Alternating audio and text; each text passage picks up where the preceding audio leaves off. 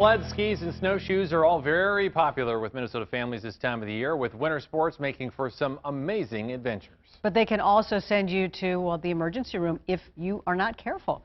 Joining us live to chat about winter sports and safety is Dr. Madeleine Gagnon from Gillette Children's Specialty Healthcare. Good morning.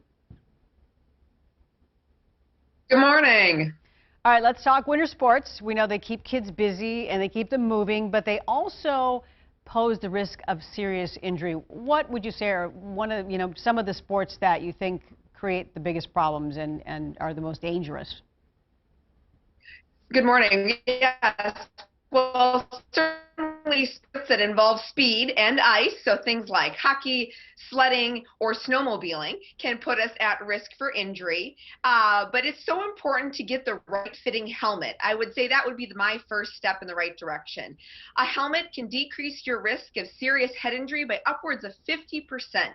So whether it's these points of hockey, skiing, and now sledding is a key area. We're also promoting head injury prevention with helmets. Up to 1/3 of sledding accidents involve head injuries. So the right fitting helmet that's snug but not too tight with the proper fitting pads and chin strap are key to preventing serious head injury. Now, obviously, as a parent, you can parent as much as possible, and you say, okay, kids, you're wearing this helmet. But I think it may be more beneficial for everyone if you can kind of help convince kids that helmets are good for them and they're cool to wear. How do you suggest somebody goes about doing that? I think helping them pick one out, getting their buy-in and which helmet they think looks fun or matches their clothes. I know in a lot of ski schools, they decorate them with stickers.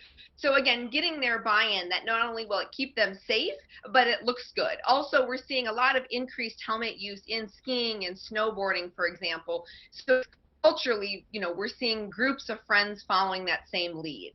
Nothing works better, of course, than positive peer pressure and seeing their friends doing it too. So right. True.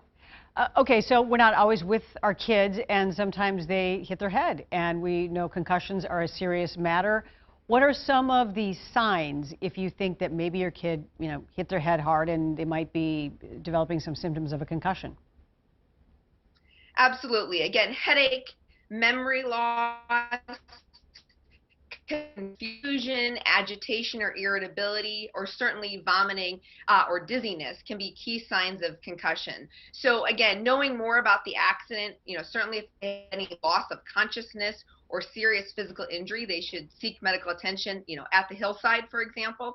But certainly in the hours and days to come after a suspected injury, keeping an eye out for these symptoms, and of course, if concerned, talking to your pediatrician or family medicine physician or provider.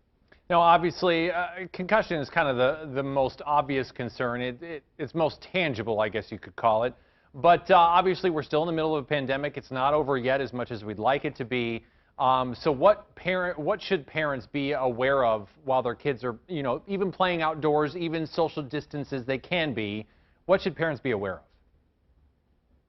I think to your point there, social distancing is key, along with masking. Thankfully, Minnesota has no shortage of winter activities, and many are conducive to masking and social distancing. Again, snowmobiling, skating, skiing, playing outside and building a snowman. They're able to often do those things with some degree of social distancing and masking, which fits, underneath their gaiter or helmet well. Right. All right. Well, thank you. Great ideas from Dr. Madeleine Gagnon from Gillette Children's. Thank you so much for joining us this morning.